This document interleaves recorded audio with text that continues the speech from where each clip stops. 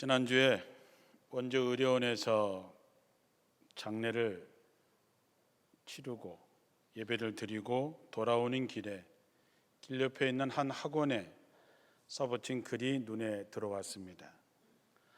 그 글은 이렇습니다. 한계를 시험하라.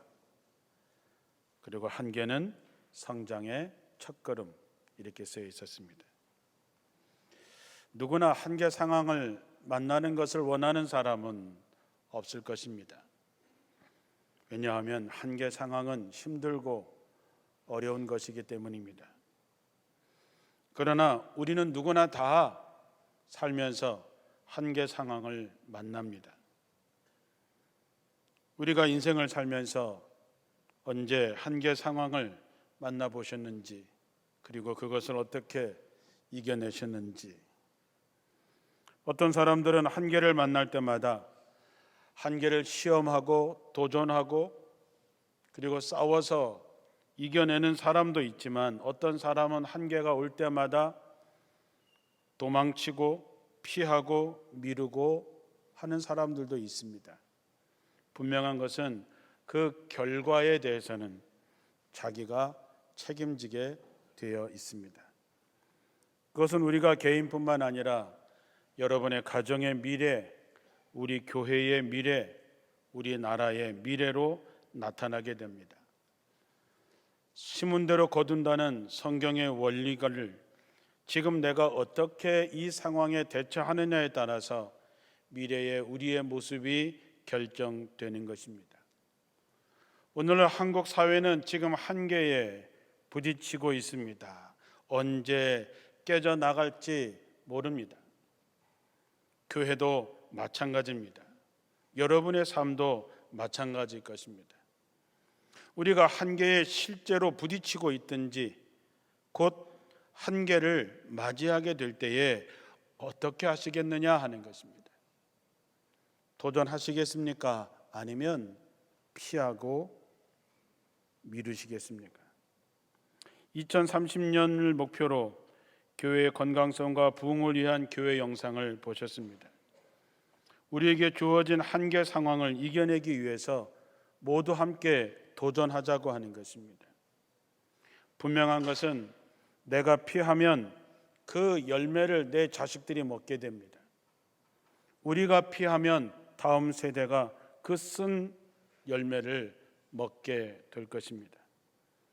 그러기 위해서 우리는 우리에게 주어진 한계를 이겨내야 되고 넘어서야 됩니다. 어떻게 하면 주어진 한계를 이겨낼 수 있을까요? 부활하신 주님께서 승천하고 나서 제자들은 끈 떨어진 연 같은 신세가 되었습니다. 예수님이 계실 때는 힘들고 어려웠지만 때마다 예수님께서 그 문제들을 다 해결하셨습니다. 바람과 파도도 잔잔케 하시고 오병이어의 기적도 일으키시고 병든 자를 고치시고 죽은 자를 살리셨습니다. 그런데 늘 함께 하셨던 주님이 이제 하늘에 올라가시고 계시지 않습니다. 이제 사도들은 마른 뼈보다도 못한 신세가 되었습니다. 우리도 보통은 때로 굉장한 사람 같아 보이지만 우리도 어떤 한계 앞에서, 어떤 질병 앞에서, 어떤 경제적인 어려움 앞에서 우린 마른 뼈 같은 신세가 될 때가 있습니다. 어떤 철학자의 말처럼 저들은 죽음에 이르는 병에 걸린 것이죠. 즉 절망에 빠져버린 것입니다. 그들에게 유일한 소망은 주님께서 승천하시기 전에 마지막으로 하셨던 말씀이었습니다. 예루살렘을 떠나지 말고 내게서 들은 바 아버지께서 약속하신 것을 기다리라. 요한은 물로 세례를 베풀었으나 너희는 몇 날이 못되어 성령으로 세례를 받으리라. 우리는 이 사건과 이 말을 다 알고 있기 때문에 그런가 보다 하지만 그때 그들은 누구도 경험해 보지 못한 일이고 생전 들어보지도 못한 말씀이라 믿어지지 않았지만 어찌할 바를 모르는 채 말씀에 의지해서 한 곳에 모여서 기도하기에 힘썼다 그랬습니다. 몇 날이 못 돼서 갑자기 하늘에서 세찬 바람 소리가 부는 소리가 들렸습니다. 그리고 온 집안에 불에 혀같이 갈라진 불들이 각 사람 위에 임했습니다. 우리가 잘 아는 성령의 충만한 역사입니다. 그들은 성령 충만하게 됐을 때 각각 외국어로 말하기 시작했습니다. 세계 각지에 흩어져 있다가 예루살렘에 돌아왔던 경건한 유대인들과 유대교로 개종한 이방인들이 제자들이 각각 자기의 지역의 말로 복음을 전하는 소리를 듣고 놀랬다 그랬습니다. 이 사건은 이성적으로 재구성하는 일은 불가능한 일입니다. 하지만 이 사건은 바벨탑 사건 이후에 언어가 혼잡해져서 서로 소통하지 못하는 불통을 다시 소통하게 만들었다는 데 대해서 큰 의의가 있습니다. 저들은 절망에서 일어나서 살아있는 복음의 군사가 됩니다. 사랑하는 성도 여러분, 우리에게 성령은 한계를 이기게 하는 능력이며 힘입니다. 사람이라고 다 똑같은 사람이 아닙니다. 육체를 가진 인간이지만 하나님의 생명의 기운, 성령 받지 못하면 살아있는 존재가 아닙니다. 살아있으나 실상은 죽은 자일 뿐입니다. 성령 충만하지 못하면 우리는 그리스도인으로서 살기가 어렵습니다. 창세기 2장 7절에 여호와께서 땅의 흙으로 사람을 지으시고 그 생기를 그 코에 불어넣으시니 사람이 생명이 되었다 그랬습니다. 다른 번역을 보면 하나님께서 흙으로 사람을 빚으시고 생명의 기운을 그 코에 불어넣었을 때에 사람이 비로소 생명체가 되었다, 살아있는 존재가 되었다 이렇게 표현합니다. 살아 움직이기 시작했다. 성령은 바람 빠진 타이어처럼 무기력해졌던 제자들을 생기 있게 바꿔놓았습니다. 이제 두려움과 절망감에서 죽은 자처럼 있던 사도들을 이젠 담대하게 광장에 나와서 복음을 선포하는 그러한 사람들로 바꿨습니다. 저들은 한계를 넘어선 것이지요.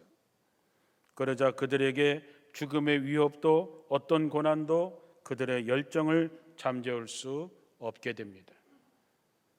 그들에게 더 이상 한계는 없어진 것이죠. 오늘날 교회는 한계에 와 있습니다. 여러분, 아쉽지만 안타깝지만 우리 교회도 한계에 와 있습니다. 이제 코로나 이후에 무너져가는 교회는 어쩔 수 없는 것이라고 교회들이 받아들이기 시작했습니다. 이만하면 다행이야 라고 하는 말들을 이젠 서슴지 않고 하고 있습니다. 그러나 정말 그럴까요? 정말 우리가 그렇게 돼야 될까요? 그렇지 않습니다. 하나님의 성령, 충만한 사도들이 어떻게 했는지를 우리는 사도행전을 통해서 보았습니다. 성령 받은 성도들은 복음의 군사가 되어서 목숨 걸고 복음을 증거했던 것을 우리는 알고 있습니다. 문제는 우리가 그 마음을 잃어버렸다는 것입니다. 하나님의 생명의 기운, 하나님의 숨을 잃어버린 것이지요. 자기들의 욕심을 가진 사람들로 인해서 이 땅이 보이지 않는 전쟁터로 변했습니다. 황폐하게 변하고 음란하게 변하고 이웃의 피 울음소리가 나도 내 한 몸 간수하기 어렵다며 나몰라라 합니다. 마치 영혼을 잃어버린 좀비처럼 세상을 떠돌고 있습니다. 세상 것들로 행복하기를 구합니다. 이젠 우리나라도 마약이 일반화되어서 중고등학교 학생들까지도 마약을 하는 시대가 되었습니다. 그러면서도 온 사회는 불평과 원망으로 가득 차 있습니다. 지금 우리의 현실은 에스겔이 보았던 마른 뼈들로 가득 찬 골짜기와 다를 바가 없습니다. 풍요를 약속하는 거짓된 신들을 따라가려고 하나님을 배신하고 자기의 사적인 욕망을 이루기 위해서 마땅히 돌아봐야 할 이웃들을 외면했던 이스라엘은 결국 바벨론을 통해서 멸망을 당하고 맙니다. 일부는 포로가 되어서 바벨론으로 잡혀가고, 일부는 애굽으로 피난 가고, 일부는 폐허가 되어 있는 예루살렘에 남아서 그들의 가슴에는 어두운 그림자만이 가득하고 멸망의 책임이 누구에게 있다라고 서로 떠넘기며 사분오열되어 있습니다. 하나님이 바벨론의 신인 마르둑에게 패한 것처럼 보였기에 이스라엘 백성들은 희망조차 사라져 버렸습니다. 희망이 없는 거죠. 우리의 미래는 어떨까요? 우리의 미래는 결코 희망적이지 않습니다. 모두가 이제는 어쩔 도리가 없다고 말할 때에 하나님은 에스겔을 통해서 놀라운 비전을 오늘 우리에게 보여주고 있습니다. 어느 날 하나님께서 그를 데리고 한 골짜기로 데리고 갑니다. 그곳에는 메마른 뼈들로 가득 있었다 그랬습니다. 여러분 한번 상상해 보십시오. 여러분들이 어느 골짜기에 갔는데 그 골짜기에는 메마른 뼈들로 가득 차 있는 그 골짜기, 얼마나 참담한 광경입니까? 그것은 이스라엘을 가리키고 있는 말이고 오늘날 우리를 가리키고 있는 말입니다. 하나님께서 에스겔에게 물으십니다. 에스겔아, 이 뼈들이 살아날 수 있겠느냐? 에스겔은 주 하나님, 주님께서 아십니다. 이렇게 대답합니다. 하나님은 오늘 우리에게 이 세상을 보여주십니다. 교회를 보여주십니다. 여러분의 가정을 보여주십니다. 여러분의 자녀들을 보여주십니다. 그리고 묻습니다. 아무개야, 살아날 수 있겠느냐? 네 자식이 살아날 수 있겠느냐? 내 아내와 내 남편이, 내 부모가 살아날 수 있겠느냐? 네 가정이 살아날 수 있겠느냐? 내 교회가 살아날 수 있겠느냐? 이 나라가 살아날 수 있겠느냐? 뭐라고 대답하시겠습니까? 에스겔은 주님만이 아십니다 라고 말했는데 이 말은 주님만이 하실 수 있습니다 라는 고백입니다. 나는 할 수 없습니다. 우리는 할 수 없지만 하나님만이 하실 수 있습니다. 사랑하는 성도 여러분, 하나님만 하실 수 있습니다. 여러분의 자식을 살리는 것, 여러분의 가정을 살리는 것, 이 교회를 살리는 것, 이 나라와 민족을 살리는 것은 하나님만 하실 수 있습니다. 이 믿음이 분명해야 됩니다. 하나님만이 하실 수 있다는 것을 분명히 알아야 다른 곳에 가서 기웃거리지 않고 다른 곳에 가서 구하지 않고 오직 하나님께만 우리는 매달릴 수 있는 것입니다.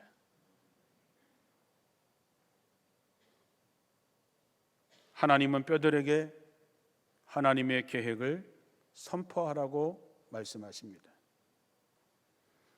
뼈 속에 생기를 불어넣어서 그들을 다시 살리겠다고 하는 말을 선포하라고 하는 것입니다.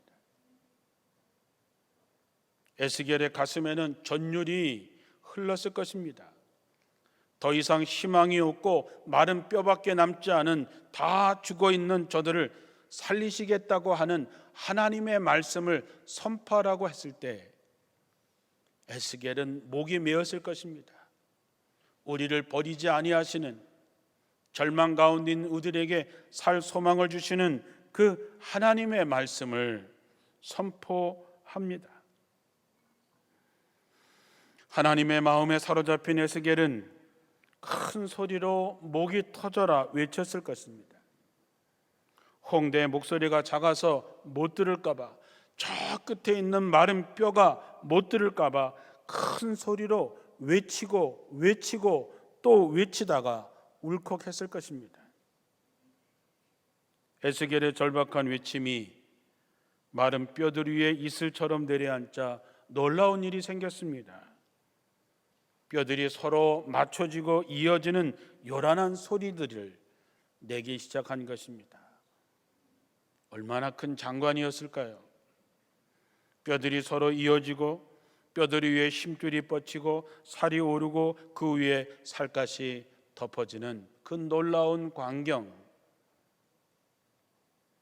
하지만 그들은 온전히 일어서지 못했습니다. 사람의 모양은 회복했지만 그 속에 생기가 없었기 때문입니다.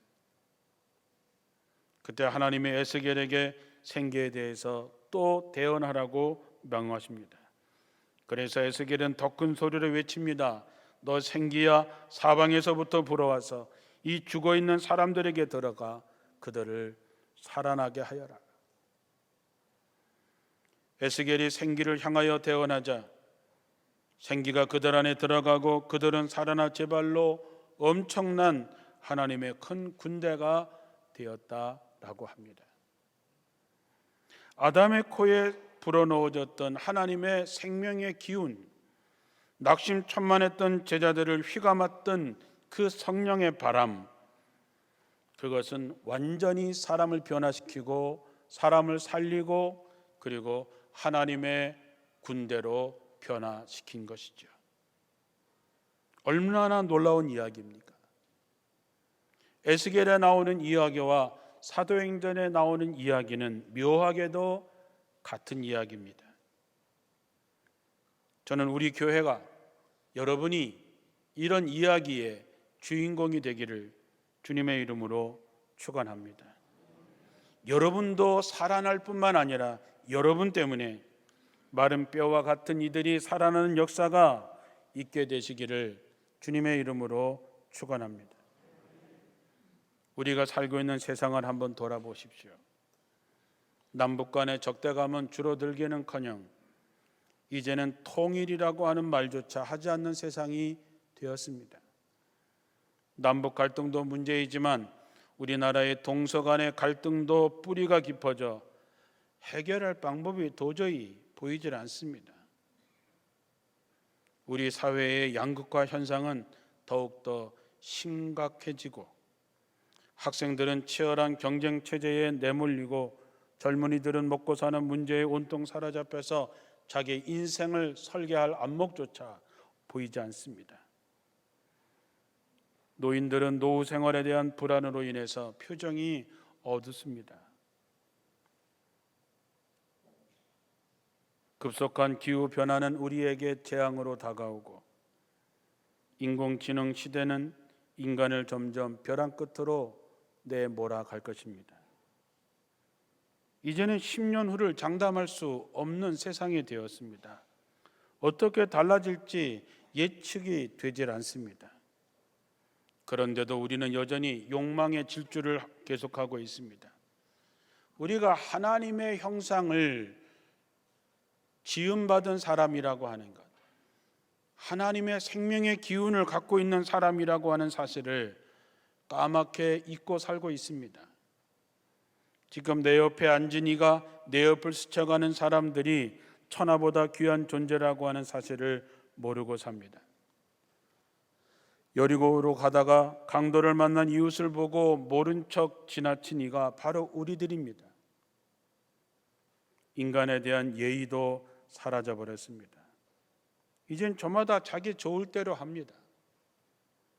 저마다 자기 생각대로 떠들고 남의 눈살을 찌푸리게 하는 행동을 하면서도 부끄러운 줄 모릅니다. 참 우리가 참 가엾은 인간이 되었습니다. 사랑하는 성도 여러분, 이런 한계에 부딪혀서 그 한계를 이겨내려고 할 때에 오늘 에스겔을 통해서 하신 하나님의 세 가지 방법을 마음에 새기시기 바랍니다. 그 전에 우리가 먼저 마음에 분명히 새겨야 할 것은 하나님만이 살릴 수 있다는 것입니다. 하나님만이 해결할 수 있다는 것입니다. 하나님만이 우리를 살릴 수 있습니다. 그렇기 때문에 마른 뼈들이 하나님의 군대가 되는데 세 가지가 필요했는데, 첫째는 하나님의 말씀이었습니다. 에스겔은 마른 뼈들에게 하나님의 뜻을 선포했습니다. 하나님의 말씀을 전했습니다. 하나님의 말씀이 선포되자 죽음의 자리에 있던 마른 뼈들이 살아있는 사람이 되기 시작했습니다. 하나님이 세상을 말씀으로 창조하셨습니다. 그 말씀이 육신이 되어서 이 땅에 오셨습니다. 그러므로 하나님의 말씀은 창조의 힘이고 구원의 능력입니다.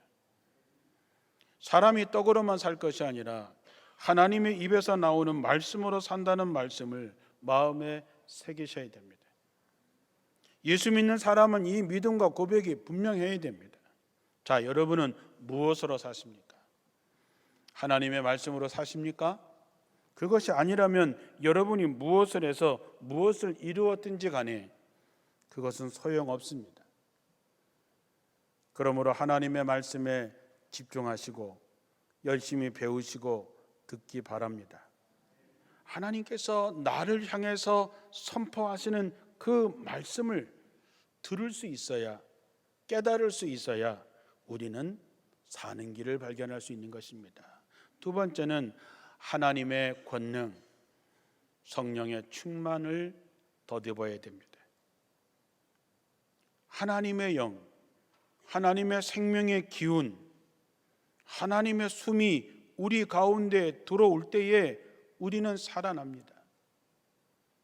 하나님의 생명의 기운이 우리 속에, 우리 문화 속에, 우리 역사 속에 하나님의 성령이 깃들 때에 우리는 치유받을 수 있습니다.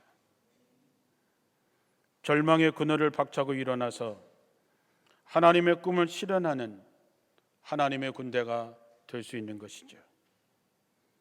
성령 충만이라 하는 말을 우리는 평생 듣고 삽니다. 성령 충만하십니까? 하나님의 성령이 여러분 안에 없으면 살아있어도 살아있는 것이 아닙니다. 성령 충만의 방법은 성경에 분명히 적혀 있습니다. 누가복음 11장 13절에 너희가 악할지라도 좋은 것을 자식에게 줄 알거든 하물며 너희 하늘 아버지께서 구하는 자에게 성령을 주시지 않겠느냐. 성령 받는 것이 어려운 것이 아닙니다. 우리가 악한 아비도 자식에게 좋은 것을 먹이고 입히려고 하는데 하물며 하나님께서 구하는 자에게 성령을 주시지 않겠느냐. 구하시면 됩니다. 하나님, 내 안에 성령의 충만함을 원합니다. 사모합니다. 내 안에 하나님의 숨으로 하나님의 생명의 기운으로 채워달라 기도하면 하나님께서 주십니다. 마지막으로 이제는 내가 하나님의 말씀으로 무장되고 하나님의 성령이 충만하다면 이제는 대언자, 하나님의 뜻을 이루는 사람이 되어야 됩니다. 에스겔이 없었다면 마른 뼈들이 어떻게 살아날 수 있었겠습니까? 에스겔이 선포하고 에스겔이 전할 때 마른 뼈들이 사람이 된 것입니다. 그러면 오늘날 누가 에스겔이 되시겠습니까? 우리가 되어야 됩니다. 여러분이 돼야지. 결과는 하나님께서 책임져 주십니다. 외치는 사람이 없는데 어떻게 들을 수 있고 찾아가는 사람이 없는데 어떻게 만날 수 있겠습니까? 하나님의 뜻은 확고합니다. 하나님은 오늘 하나님의 뜻을 세상에 전할 사람들을 찾고 계십니다. 2030 비전을 선포한 것으로 끝나는 것이 아니라 그것을 이루기 위해서, 그 한계를 넘어서기 위해서 여러분을 필요로 하고 있는 것입니다. 우렁찬 목소리로 선포해도 좋습니다. 울먹이는 목소리로 선포해도 좋습니다. 그러나 그 말씀을 들은 사람, 그와 만난 사람들은 모두 살아날 것입니다. 그것이 우리에게 주어진 사명인 것이죠. 하나님은 마른 뼈와 같은 우리에게 생기를 불어넣으시면서 이제 네가 살아있는 생명의 기운이 되어서 네가 서 있는 삶의 자리가 어디든지 그곳에서 하나님의 생명의 기운을 불어넣어주는, 사람을 살리는 하나님의 사람이 되라고 말씀하십니다. 이 절망적인 세상을 살아가는 동안 마른 뼈 같았던 우리가 먼저 일어서고, 우리가 마른 뼈 같은 세상을 향해서 외치는 가운데 모두가 다 하늘의 군대로 우뚝 서게 되기를 주님의 이름으로 축복합니다. 기도합니다.